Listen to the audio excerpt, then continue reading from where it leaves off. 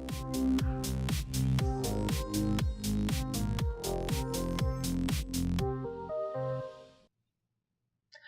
and welcome to another installment of Petra's 3 in 3. I'm Patrick Billings here to bring you up to speed on 3 stories from the world of consumer electronics.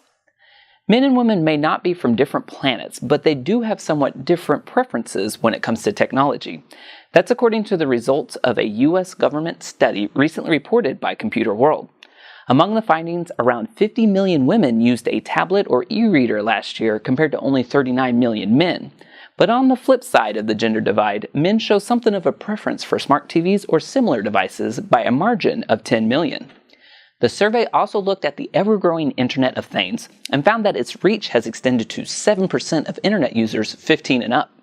That boils down to about 13 million people utilizing connected light bulbs, security systems, and other household necessities.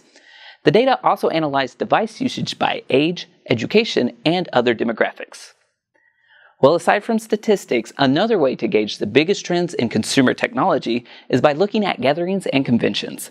In the case of video games, a massive annual trade show just wrapped up last week in Los Angeles. According to an article on phys.org, this year's Electronic Entertainment Expo, or E3, placed a heavy emphasis on the realm of online gaming venues. It also pointed to a future where virtual reality games become a very real source of profit for the industry. Various studios showcased their new VR headsets, some of which are already on the market. Others, like Sony's hotly anticipated headset for PS4, are due out later this year.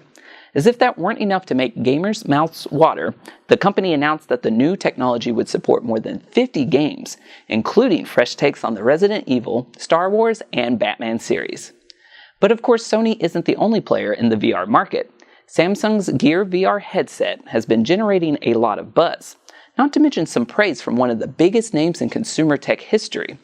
Tech Times reports that Apple co-founder Steve Wozniak is deeply impressed by the headset's ability to transport the user to other worlds. So much so that it makes him, quote, emotional. Wozniak was offering his thoughts on virtual reality at a conference in Kentucky, where he was honored with a humanitarian award.